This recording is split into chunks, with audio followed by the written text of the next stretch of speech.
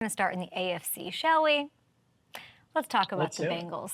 And we're not just starting with them because I love to every day, because I love them, even though they're hard to love currently, not so much after last night, but they needed a win so bad in primetime. It's the last game we saw, Sunday Night Football, bright lights. They took care of those Giants. Sorry, New York fans this morning. They're 2-4. And would you look at this? What did I say last week? I'm mad at them. I'm icked by them. And I'm not breaking up with them yet. Because the AFC, you know, the grass is not greener. There's no one else to date out there. So here I am with Cincy.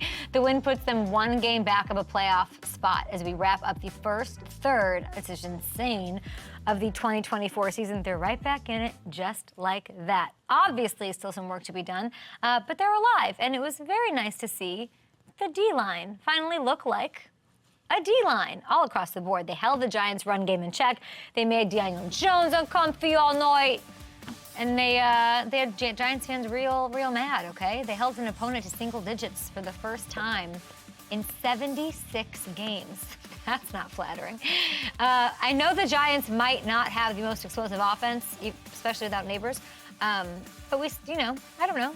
They did well. They've been doing well lately. Everyone's saying, Daniel Jones, Daniel Jones, Daniel Jones. They moved the ball well against Seattle's defense a week ago.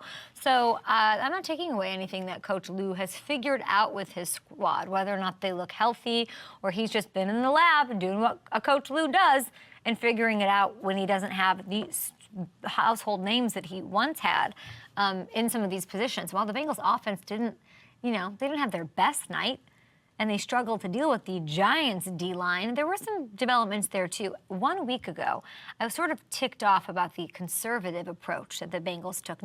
Nothing less sexy than not going for it, okay? They ran it 3 straight times. They set up the field goal. I could puke talking about it this morning instead of putting the ball in Joe's hands. Well, guess what they did last night? Let's see it, 3rd and 12.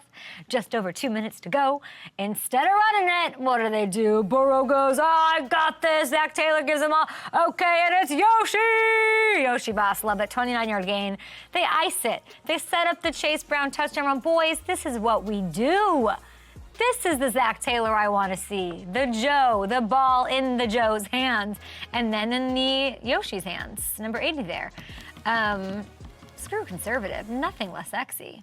Nothing less sexy than operating like a coward. Nothing is less sexy than that. They wanted me back last night, and they got that one. Now it's time to string a few together. They got the Browns next Sunday. The Browns are a struggle. They should get that win, and now we got to go on a roll. But they're very much alive, and the rest of the AFC is looking weird.